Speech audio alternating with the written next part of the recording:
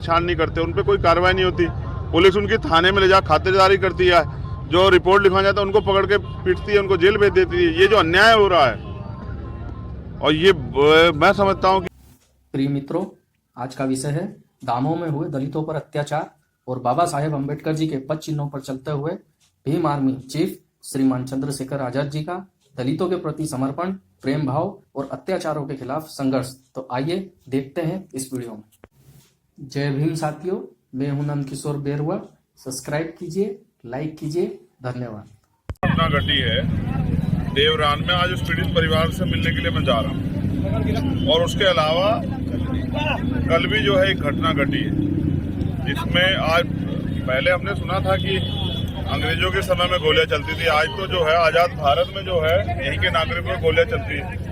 कल भी जो है गोली चली है, और कल के जो पीड़ित है वो भी घायल है, वो भर्ती है जबलपुर में। मैं उनसे भी मिलूंगा, और जो 25 तारीख घटना उन परिवारों से मिलने के लिए मैं आज जा रहा हूँ। और उनकी जो भी मांग होगी, उनका जो भी दर्द होगा, जिस तरह भी उनके आंसू पूछ सकते हैं, उनको न्याय की लड़ाई को मजबूत कर सकते हैं, वो बाद में फिर वहाँ से आने के बाद मीडिया के सामने रखें। देवरान हत्याकांड के आरोपी पकड़ गए हैं, उनके घर तोड़ दिए गए हैं और मुआवजा राशि भी उनको जो मिलनी थी अभी तक वो मिल चुकी है।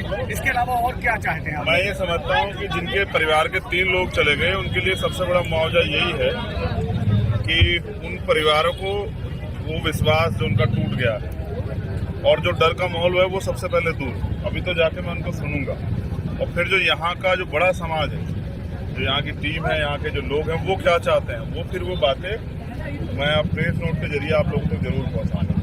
क्योंकि आप ये सोचिए कि अगर एक परिवार के 3 लोग जाते हैं तो कानून व्यवस्था कहाँ है? कानून व्यवस्था तो फेल है।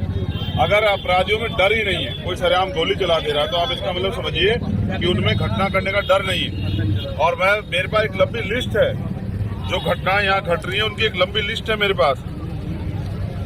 रन्हे गांव में 8 अक्टूबर को एक हमला हुआ, और राजा पटना में 11 अक्टूबर को, और ग्राम दसोड़ा में रामकिशन के साथ जो है कुल्हाड़ी से हमला हुआ।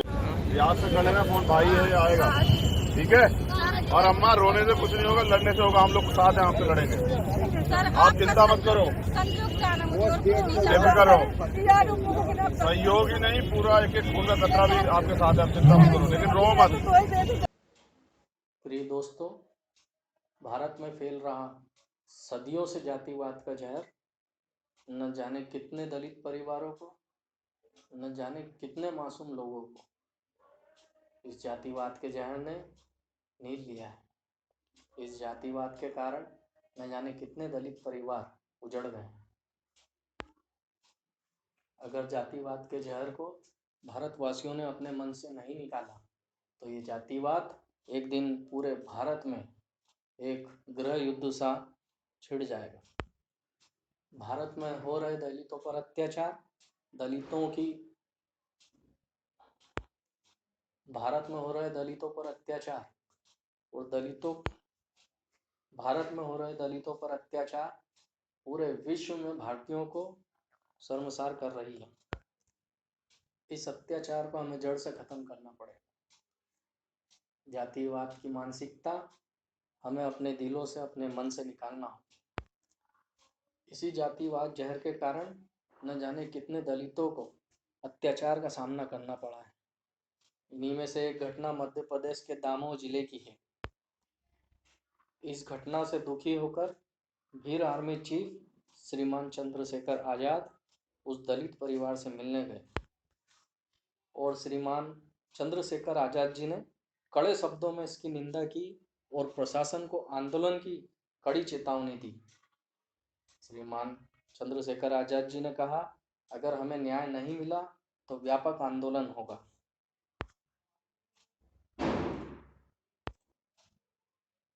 शायद इसी जातिवाद के जहर के कारण संविधान के निर्माता डॉक्टर भीमराव अंबेडकर जी ने अपने कुछ विचार रखे हैं।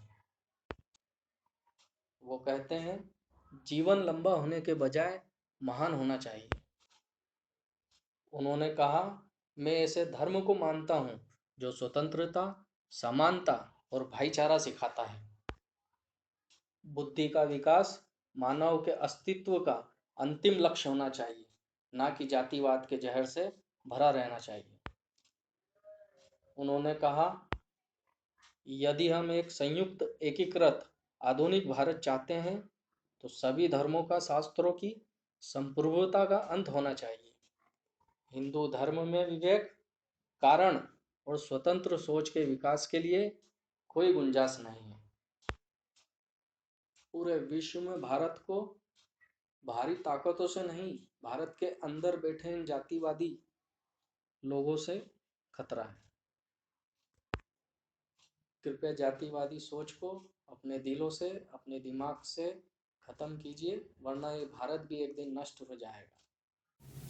जय भीम साथियों, मैं हूं नंदकिशोर बेरुआ। सब्सक्राइब कीजिए, लाइक कीजिए। धन्यवाद।